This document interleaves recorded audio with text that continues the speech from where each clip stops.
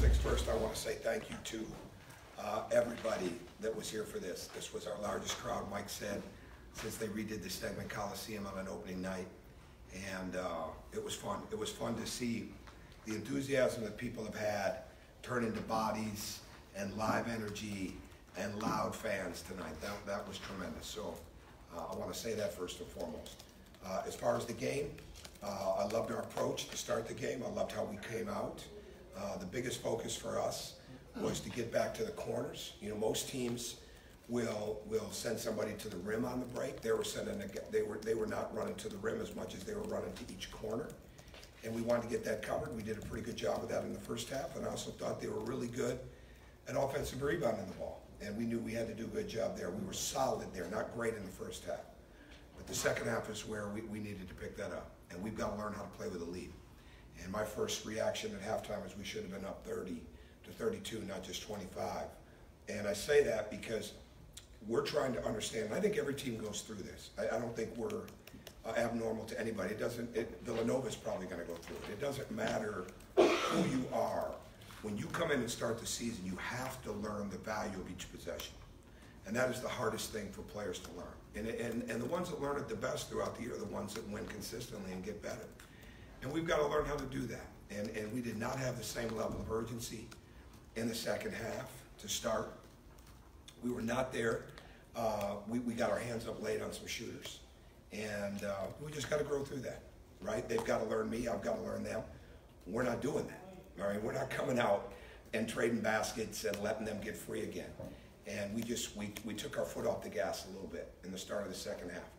But I'm proud of the way that they responded to that. And it's not just that Savannah State kept shooting it quick. It's that we figured the game out.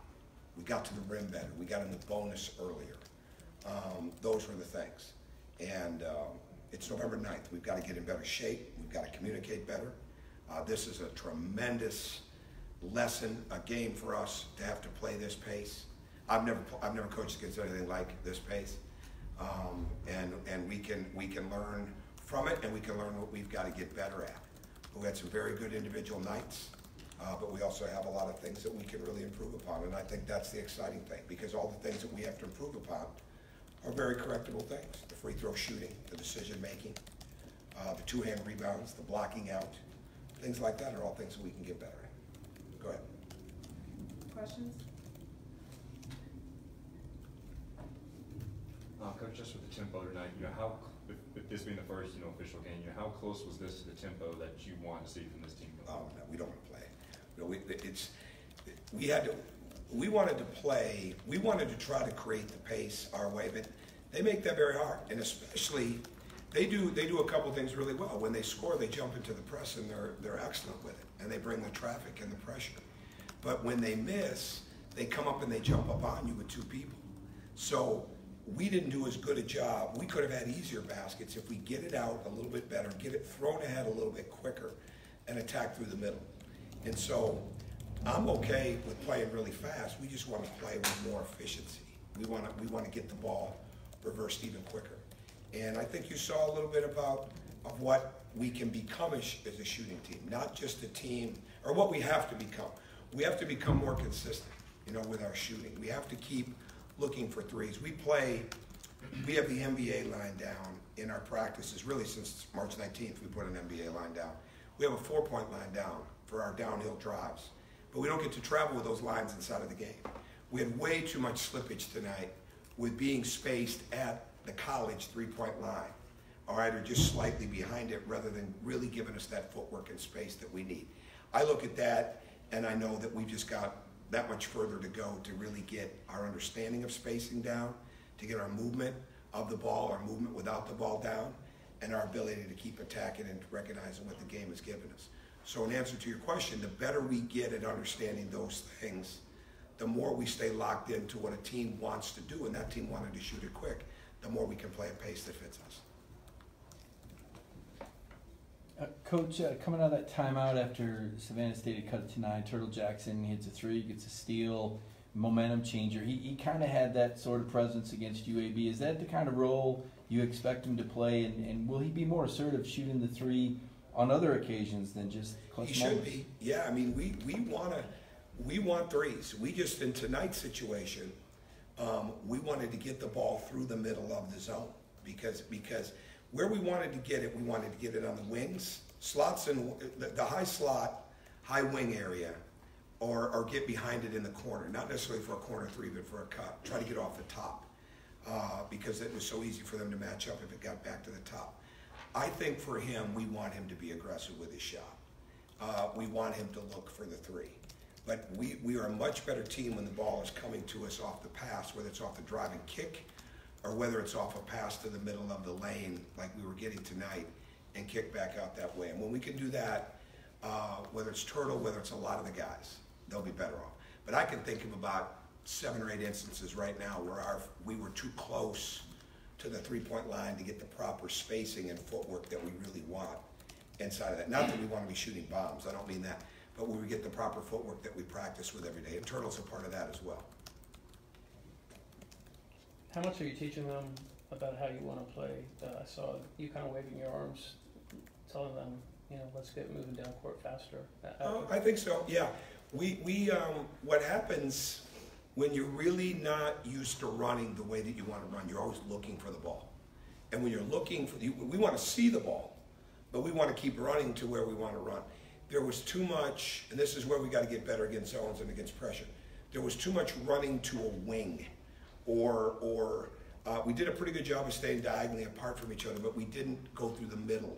I think there were times we didn't realize, but we can just attack this pressure, right? That's what we wanted to set a screen at midcourt. And there was a little bit too much standing and looking rather than catch it, look middle, reverse it, attack, get it up the court. And what happens is you got guys waiting on the ball or coming to the ball rather than letting the ball find them because of where they're spaced or where they're cutting. So that's a huge part of where we want to get with our pace, where we want to get with our play. And yes, I mean, until we want to get it down the court. But we don't want to catch it just on the wing and look in and the offense starts from there. We want to keep the game moving as much as we can. You played a lot of guys and then played a lot of minutes. How do you your rotation to look like by the time you're in conference? Boy, I wish I knew. I mean, because I was, we needed to sub there and start the second half. We did not have the same, I've said to them, and again, it's going to be like this for a while. We don't have a starting five. And it's not coach speak. We don't have, in my mind, we don't have one. And as I said in the locker room, we had some guys had good nights, but if they come out and have 2 average days, the next couple of days getting ready for Temple, then they're not in there. I mean, I don't think you can build a program and not have real competition in there. Now, with that, they get better. The guys, the Nick Claxton, the Rayshawn Hammonds, guys like that will get a lot better if they feel that competition on a daily basis, as will everybody else. But we're in no position to let anybody think that anybody is entitled or bestowed something. We have got, and we have not had enough. I've loved their work ethic. I've loved their work. I've loved the energy that they practiced with.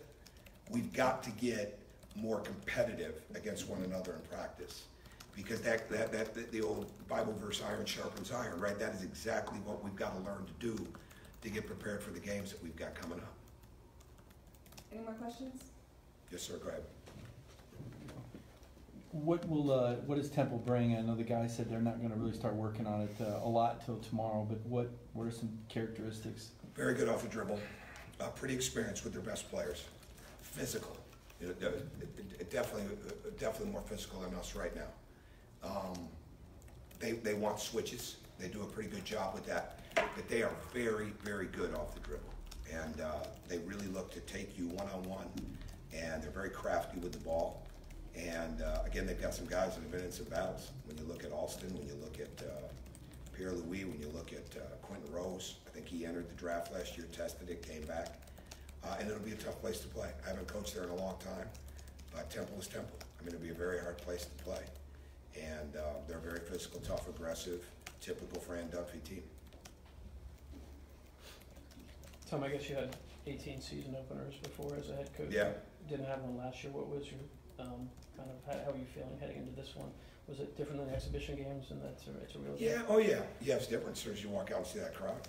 So that was fun. I'm really glad we did the UAB thing. I mean, I knew I would be, and every day that we did it, because again, we get in this game, and now we've already had some experience of being down. Now, we didn't get down tonight, but we weren't playing well, and nobody panicked. I didn't panic, nobody panics. It's not Brandon Raven, it's like, we gotta get this fixed, right? And it's not, well, we're just gonna play through it and figure it out. No, we're gonna sub, like, we gotta get this right. We gotta get up there and get on people.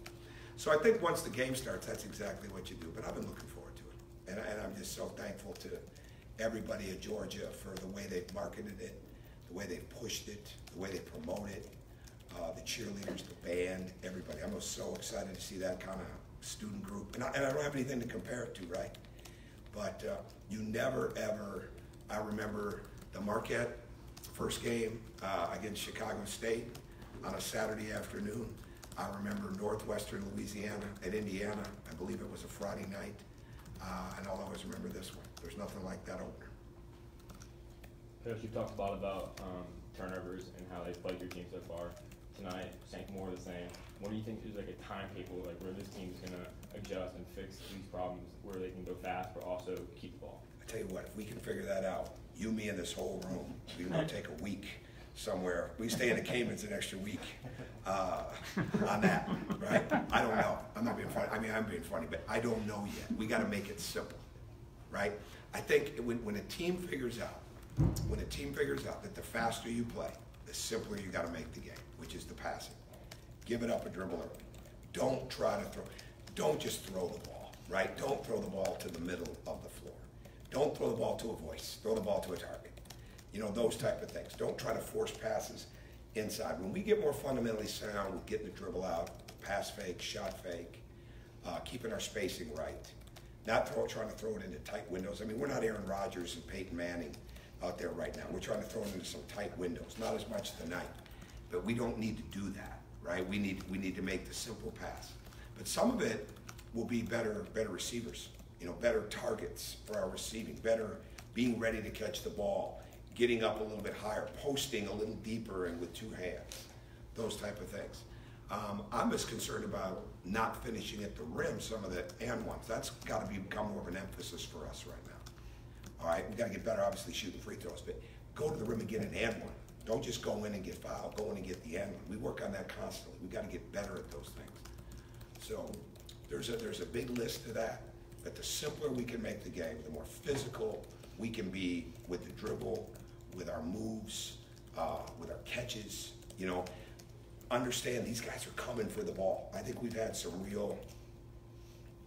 A couple guys have had issues with being far too loose with the ball, and that's where we got to get more competitive in practice and really get at one another. And I think that'll help us in practice because we don't turn the ball over like that in practice. But we run, right? We don't turn it over like that. But we're not strong enough with it in these games, and it's hitting us a little bit. Any more questions? Thank you. All right, See you later. Thank you.